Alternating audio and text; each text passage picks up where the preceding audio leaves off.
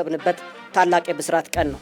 የአዲስ አበባ ከተማ አስተዳደር ለመምህራን ቅድሚያ በመስጠት የቤት ባለቤትነትን ለማረጋገጥ ባስቀመጠው አቅጣጫ መሰረት ዛሬ በ57 ማህበራት ለተደራጁ 6194 መምህራን የመኖሪያ ቤት ግንባታ ያስጀምራል።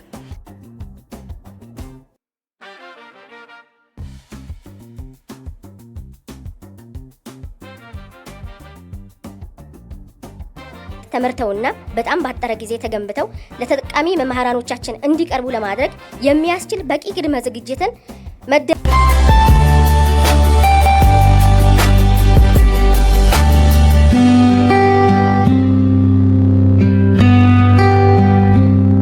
ጊዜና ሰዓት ወደ እናንተ አዳዲስ መረጃዎችን ይዘን መጥተናል። በዛሬው መረጃችን ደግሞ ስለ መምህራን የኮንዶሚኒየም የቤት ልማትና የማህበራት አደረጃጀትን በተመለከተ መረጃዎችን ስናስተላልፍ ነበረ። ኮንዶሚኒየም ቤቶችን በማህበር ለመስራት ቦታ ተሰጥቷቸዋል። በዚህ ቦታ ላይ የአዲስ አበባ ከንቲባ አዳነች አቤቤ ምን አሉ? ከዚህ ጋር ምን ያህል ቤቶች ይገነባሉ? ምን ያህል መምህራን ተደራጅተዋል? እንግዲህ ከዚህ በፊት መረጃዎች እንዳቀረብንላችሁ ወደ 54,000 ቤት ይቆጥቡ የነበሩ ግን በማህበር ተደራጅተው ቦታ የተሰጣቸው እንደነበሩ፣ የተወሰኑት ደግሞ ሊሰጣቸው የተዘጋጀ እንደነበረ፣ ከነዚያ መካከል መምህራን መንግስት በተወሰነ መልኩ ድጎማ አድርጎላቸው ሊሰጣቸው እንደነበረ ተነግሮ ነበር። ይሄው 57ቱም ማህበራት እጣ ወጥቶላቸው ሁሉም በእጣቸው መሰረት ማስገንባት እንዲጀምሩ ይፋ ተደርጓል ማለት ነው። እውነት ለመናገር መክፈል ለሚችሉ በተለይ 25%ቱን ቀላል ክፍያ አይደለም። ያንዳንዶቹ 25%ቱ በራሱ 600,000 አለ፣ 1 ሚሊዮን አለ፣ 500,000 አካባቢ አለ። እንደ ቤቱ ስፋት ማለት ነው። ባለ 1 መኝታ ባለ 2 መኝታ እያለ ሲሄድ የሚከፍሉት ክፍያ አለ። ከዚህ አንጻር የእውነት መምህራን ራሱ እንዴት አይነት እንግዲህ ይህንን ለማሟላት ሳክሪፋይ እንዳደረጉ ያስታውቃል። መንግስት ደግሞ በሌላኛው ሳይድ እነሱን ለመደገፍ ያደረገው ጥረት ቀላል የሚባል አይደለም። በዚህም እንግዲህ መምህራን እንኳን ደስ አላችሁ ማለት እንወዳለን። ይሄ እንግዲህ ቤት ተጠናቆ ግንባታው ተጠናቆ የተሻለ ኑሮ የሚያሻሽሉበት እንደሚሆን እንገምታለን። እንግዲህ መምህራን በዚህ መልኩ ይፋ ተደርጓል። የሌሎችም የቤቶች ልማት እንግዲህ ይቀጥላል ተብሎ ይታሰባል። በ2018 ብዙ ነገሮችን ይሰራሉ። እንግዲህ በቤቶች ልማት በተመለከተ እንግዲህ አሁንም የቤቶች ልማት እየተሰራ ነው። ግን ብዙ የሚተላለፉ መረጃዎች የሐሰት መሆናቸውን የቤቶች ልማት አስተዳደር እወቁልኝ ብሏል። በጣም እየወጡ ያሉ መረጃዎች በተለያዩ የማህበራዊ ሚዲያ የሚለጠፉ አብዛኞቹ ከኛ እውቅና ውጭ ሆኑና የሐሰት መረጃዎች ናቸው በሚል እንግዲህ ቤት እየቆጠቡ ያሉ ዜጎች በትዕግስት እንዲጠብቁ ትክክለኛውን መረጃና ትክክለኛውን የኮንዶሚኒየም ቤቶች ዋጋም ያሉበትንም ሳይት የተጠናቀቁትንም መረጃ በየጊዜው እናሳውቃለን ሲሉ ተናግረዋል። ኃላፊዋ እንደተናገሩት እንግዲህ በ24 ሰዓት ውስጥ ሁሉንም ላይ እየሰራን ነው።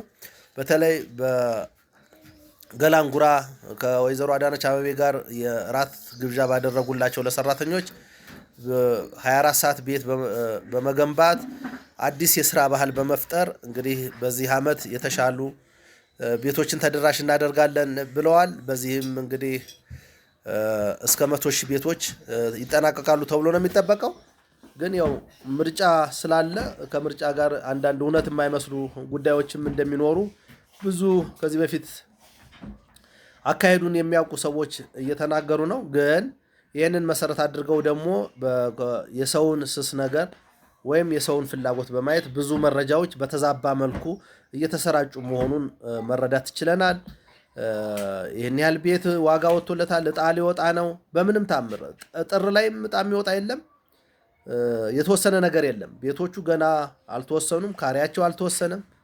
ባለ 2 መኝታ፣ ባለ 1 መኝታ፣ ባለ 3 መኝታ ምን ያህል ካሬ ነው የሚለው ራሱ አሁን አዲስ ቤቶች የሚታወቁበት ሁኔታ የለም። በቅርቡ እነሱን ለማሳወቅ እና አጠቃላይ የተጠናቀቁ ቤቶችን መረጃ በቤቶች ልማት ኮርፖሬሽን በኩል ለሚዲያ እንደሚናገሩ ተናግረዋል። ከዚያ ውጭ ግን እጣ ሊወጣ ነው እያሉ በየዩቲዩቡ ቲክቶክ እና በሌሎ ማህበራዊ ሚዲያ ላይ የሚያሰራጩ ሰዎች መረጃውንም ከየት እንዳገኙት አናቅም፣ ግን ማህበረሰቡ ከትክክለኛ መረጃ ትክክለኛ ወቅታዊ የሆነ የቤቶችን መረጃ ማግኘት ይችላል ብለዋል። እንግዲህ ከቅርብ ጊዜ ወዲህ የባንክ ሰራተኞች ፍልሰት በከፍተኛ ደረጃ መጨመሩ እየተሰማ ነው።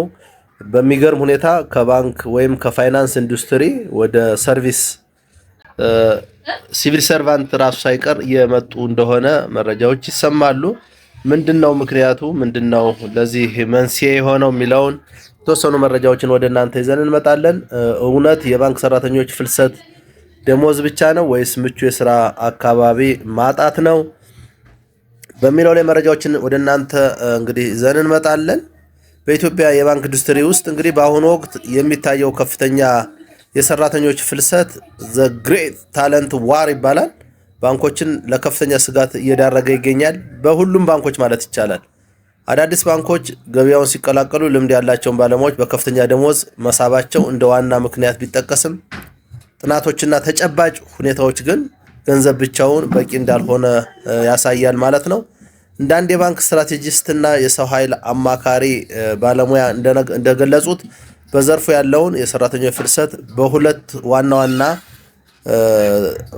አመላካች ጉዳዮች እንደታየ እንግዲህ አማካሪ በቀለ ተናግረዋል። በዚህም የደሞዝ ፉክክር አንደኛው ለሰራተኞች ፍልሰት ዋና መንስኤ ነው።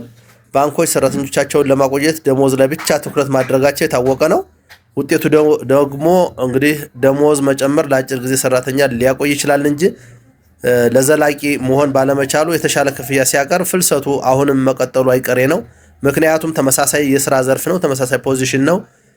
ክፍያ ለሚከፍል ብቻ በዚያ ንጽጽር ውስጥ ከገቡ ክፍያ ተጨማሪ ለሚከፍል ሰው ወደዚያ ይሄዳሉ ማለት ነው። ይህ የደሞዝ ግሽበትን ወይም ዋጋ ኢንፍሌሽን ከመፍጠር ባለፈ ባንኮችን ለከፍተኛ የስራ ማስኬጃ ወጪ ወይም ኦፕሬሽናል ኮስት እንደዳረገ እንግዲህ አጥኚው ይናገራሉ።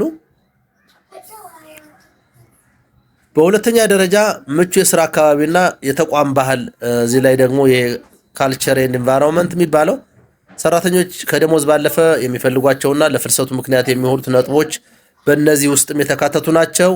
ሙያዊ እድገትና ስልጠና አለማግኘት የዚህ አንዱ ዋና ምክንያት ነው። ሰራተኞች በዚህ ባንክ ውስጥ ወደፊት ምን ሆናለሁ የሚለውን ካላወቁና ራሱ የባንኩ አሰራር ከሙያ ከፕሮፌሽን ይልቅ በኃላፊዎች ቀረቤታ ወይም በአሁኑ በዘመን አመጣሹ የፖለቲካ ስርዓት ውስጥ ከሆነ እንግዲህ ምንም ተስፋ የላቸው ማለት ነው። ደሞዝን ቅድም እንደተባለው ባገኙበት የሚሄዱ ነው የሚሆኑ። ሌላው የአመራር ዘይቤ ወይም ሊደርሺፕ ስታይሉ ነው። ሰዎች ስራን ሳይንቁ ሳይጸየፉ አለቃን ሳይመለከቱ የሚሰሩ ቢሆን መልካም ነው። ግን አለቃን ብቻ እየተመለከቱ ለሚሰሩ የባንክ ውስጥ ጌቶች ባሉበት ጊዜ ይህንን ለመሸከም ያዳግታቸዋል። በዚህ ምክንያትም ሊለቁ እንደሚችሉ ነው የተነገረው። ሌላው የስራና የህይወት ሚዛን፣ በተለይ የዲጂታል ባንኪንግ ጫናና የተጋነኑ የቁጠባ ማሰባሰብ ግቦች ሰራተኞችን ለከፍተኛ ጭንቀት ወይም በርን አውት እንዲያደርጉ እያደረገ ነው። በየመንገዱ በከፍተኛ ደረጃ እንዲወጡ ይደረጋል። እሱም አንደኛው ግባቸውን ሳያሳኩ ሲቀሩ ፐርፎርማንሳቸው ላይ ኢምፓክት ስላለው በዚህ ምክንያትም እንደሚሆን በሁለተኛ ደረጃ እንደ ምክንያት ተጠቅሷል። እንግዲህ አካባቢና የስራ ምቹ ሁኔታን ከመፍጠር አንጻር። በሶስተኛ ደረጃ ስልታዊ መፍትሄዎች የሚል ይሄው የሰራተኞች የስልጠናና ስራ ሰራተኛ ላይ ጥናት ያደረጉ ሰው ተናግረዋል። ይሄ ስልታዊ መፍትሄዎች ምንድናቸው? ስትራቴጂክ ሶሉሽን የሚባሉት ይህንን ፍልሰት እንግዲህ ለመግታት ባንኮች ከደሞዝ ጭማሪ ባለፈ እነዚህን የሚከተሉትን ምክረ ሀሳቦች መተግበር አለባቸው ብሎ ያስባል። አንደኛ፣ ባንኩ ከደሞዝ ባለፈ ለሰራተኞች የሚሰጠው ልዩ እሴት፣ ለምሳሌ የጤና ኢንሹራንስ፣ የቤት ብድር፣ የትምህርት እድል፣ እነዚህ ሊኖሩ ይገባል። ከዚህ በፊት ብዙ ጊዜ በባንክ ደረጃ እነዚህ የነበሩ ቢሆኑም ከቅርብ ጊዜ ወዲህ እነዚህ በጣም እየተዳከሙ መጥተዋል ማለት ነው። በሌላኛው መንገድ የመፍትሄ አቅጣጫ የትኞቹ ሰራተኞች ለምንና ወዴት እየሄዱ እንደሆነ በመረጃ መተንተን፣ የመፍትሄ እርምጃዎችንም ማስቀመጥ በጣም አስፈላጊ ነው የሚል ነው። በሶስተኛ ደረጃ ሰራተኛው ተስማሚነት ያለው ስህተትን ሲሰራ የሚታረምበት እንጂ የማይቀጣበት ወይም በስራ የሚኮራበት ባህል መገንባት አለብን። ልቀጣ ነው በዚህ ፈርቼ በዚህ ሳይሆን ተቋሙ እንደ ድርጅት እኔ የሚያስኖረኝ ነው የሚቀጥልበት ነው ውጤታማ ማደርገው ነው ብሎ ስህተት እንኳን ሲሰራ ራሱ እንደ ተጠያቂነት የሚቆጥርበት እንዲሆን እንጂ በመፍራት ብቻ እንዲሆን አለማድረግ አንደኛው መፍትሄ ነው። የባንክ ህንፃዎችና እንግዲህ ሲስተሞች ያለ ሰው ኃይል ባዶ ናቸው። ብዙ ህንፃዎች ይሰራሉ። ሰራተኛን ለማቆየት የሚደረገው ጥረት ግን ከወጪ ይልቅ እንደ ትልቅ ኢንቨስትመንት መታየት አለበት ተብሎ ታይቶ ሀሳብ ተሰጥቶበታል። ሰራተኛን መያዝ ሰራተኛ ላይ ኢንቨስት ማድረግ ነው እንጂ እንደ ወጪ ብቻ መታየት የለበትም። ምክንያቱም ትላልቅ ህንፃዎች ገንብተው ሰዎቹ ከሌሉ ትርጉም አልባ ነው የሚሆነው በሚል የተያዘ ነው። ባንኮች ሰራተኞቻቸውን እንግዲህ እንደ ወጪ ማየታቸው ትተው እንደ እሴት ወይም ተጨማሪ ገቢ ሊያስገኙ እንደሚችሉ በማሰብ ፍልሰቱን ቀንሶ ዘላቂ እድገት ማስመዝገብ ይቻላል በሚል እንግዲህ ጥናቱ ያሳያል ማለት ነው። በነገራችን ላይ የሰራተኛ ፍልሰት የባንኮች ብቻ አይደሉም። በጣም በሚገርም ሁኔታ ብዙ ድርጅቶች ሰራተኛው የት ነው የሚሄደው እስኪባል ድረስ በጣም ነው የሚለቁት። ከዚህ አንፃር በደንብ መታየት አለበት ተብሎ ይጠበቃል። እንደ ሀገርም እንደ ተቋምም ብዙ ድርጅቶች ሰራተኛ እየለቀቀ ያለበት ሁኔታ ነው ያለው። በዚህም ለመተካት ደግሞ እጅግ አዳጋችና ምቹ አለመሆን የሚል ብዙ አስተያየቶች እየመጡ ነውና ከዚህ አንፃር መታየት እንዳለበት ምክረ ሐሳባችንን ለመስጠት ያህል ነው። ስለነበረን እንግዲህ አጭር ቆይታ ይህንን ይመስላል።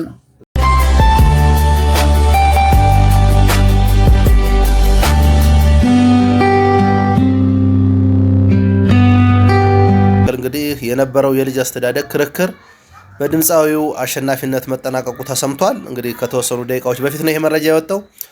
እንግዲህ ጆሲ ኢን ዘ ሃውስ በመባል የሚታወቀው ዮሴፍ ገብሬ የፍቅር ጓደኛው ሶሲ ግርማይ ለ6 ወራት ያህል እንግዲህ በፍርድ ቤት ሲካሄድ የቆየውን የልጅ አስተዳደግ ክርክር በድምፃዊ አሸናፊነት መጠናቀቁን እንግዲህ በምሬት ነው የገለጸችው። እንግዲህ ሶሲ በራሷ ፌስቡክ ገጽ ባሰፈረችው መልእክት የፍርድ ቤቱ ውሳኔ ከእናትነት ፍቅር ይልቅ ቁሳዊ ነገሮች ላይ መሰረት ያደረገ ነው ስትል ወቅሳለች። የክሱ መነሻና የምስክሮች ቃል በክርክሩ ወቅት እንግዲህ ድምፃዊ በሶሲ ላይ በምሽት እንግዲህ ክበብ ላይ ትሰራለች፣ ሱሰኛ ነች፣ ልጇን ለገንዘብ መጠቀሚያ ነው የምታደርገው የሚሉ ክሶችን አቅርቦ እንደነበር እንግዲህ ሶሲ ገልጻለች። ሆኖም ግን ሶሲ ስራዋና የባልትና ውጤቶችን ማቅረብ በመሆኑ ምንም አይነት ሱስ እንደሌለባትና ለልጆቿ መልካም እናት መሆኗን ጎረቤቶቿና ቤተሰቦቿ ምስክርነት በመስጠት ክሱን ማስተባበላቸው አስረድተዋል። በተቃራኒው ግን ድምፃዊ ዮሴፍ ገብሬ ልጁ ባለበት ተገቢ ያልሆኑ ሱሶችን እንደሚጠቀምና የልጁን የትምህርት ቤት ክፍያ እንኳ እንደማይከፍል በማስረጃ አረጋግጧል እንግዲህ ገልጻለች። ማረጋገጧን ገልጻለች ማለት ነው። እንግዲህ ጆሲ በጣም ሱሰኛ እንደሆነ ደግሞ በዚህ በኩል ሚስት ተናግራለች ማለት ነው። እንደ ሶሲ ገለጻ ጉዳዩን የመረመሩት የሶሻል ወርከር ማህበራዊ ሰራተኞች ያቀረቡት ሪፖርት ለውሳኔው ትልቅ ሚና ተጫውተዋል። ሪፖርቱ በዋናነት ትኩረት ያደረገው በሁለቱ ወገኖች የኑሮ ደረጃ ላይ ሲሆን የድምፃዊ ገቢ ከሷ የተሻለ መሆኑ፣ ቤቱ ሰፊና ለልጁ የተለየ መኝታ ቤት ያለው መሆኑ፣ መኖሪያው ቦሌ አካባቢ መሆኑና ለልጁ መጫወቻ መኖራቸው መሰረት በማድረግ ልጁ ከአባቱ ጋር እንዲያድግ ወስኗል ማለት ነው ፍርድ ቤቱ። በዚህም መሰረት ፍርድ ቤቱ እንግዲህ ልጁ ከአባቱ ጋር እንዲኖር የወሰነ ሲሆን እናትየው በየ2 ሳምንቱ አንድ ቀን ብቻ እሁድ ለጥቂት ሰዓታት እንድትጎበኝ ተፈቅዶላታል። ሶሲ በሰጠችው አስተያየት ከቤትና ከመኪና ይልቅ እናትነትን ማስቀደም አልተቻለም። ይሄ እጅግ አንገት ሰባሪ ነው በማለት እንግዲህ ጥልቅ ሐዘኗን ገልጻበታለች። በመጨረሻም በአሁኑ ሰዓት በሆስፒታል እንደምትገኝ የገለጸችው ሶሲ ሀቄን ከፈጣሪ ጠብቃለሁ ስትል መልእክቷን እንግዲህ ደምድማለች። ድምፃዊ ዮሴፍ ገብሬ በጉዳዩ ላይ ምንም ምላሽ አልሰጠም። በዚህ ውሳኔ መሰረት ክርክሩ የተዘጋ መሆኑን እንግዲህ ከአርቲስቶችና ከነሱ ዙሪያ ከሚነሱ ጉዳዮች ያገኘነው መረጃ ነው።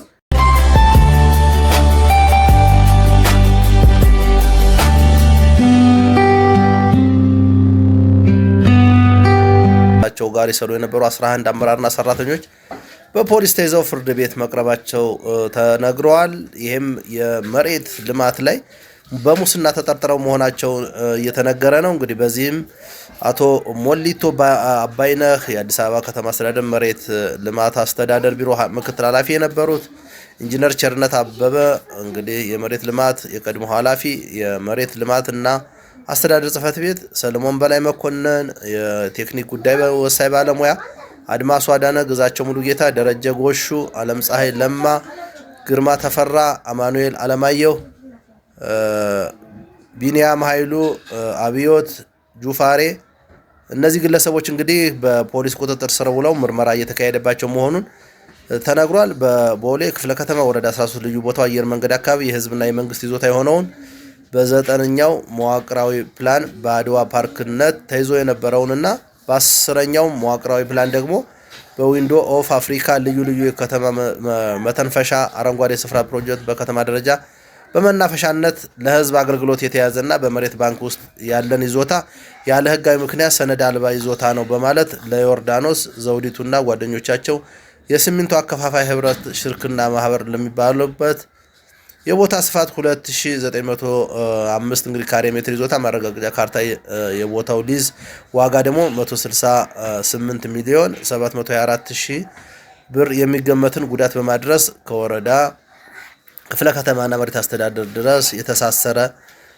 ሙስና ተበልቶበታል የሚል እንግዲህ ክስ ተመስርቶባቸዋል። ምናልባት የህብረት ስራ ሽርክና ማህበር የሲሚንቶ እንግዲህ አከፋፋይ ስለሆነ የምር ይሄ እውነት ይህን ያህል ብር ተበልቶበታል ወይ ይህን ያህል ብር ያወጣሉ የሚለው ብዙዎች እየተነጋገሩበት ነው። ይሄ የምር የሙስና ሳይሆን የፖለቲካ አሻጥር ሳይኖርበት አይቀርም በሚል እንግዲህ እየተወያዩበት ነው። በሌሎች መረጃዎች በሌላ ጊዜ እስከምንገናኝ ቸርን ሰንብት።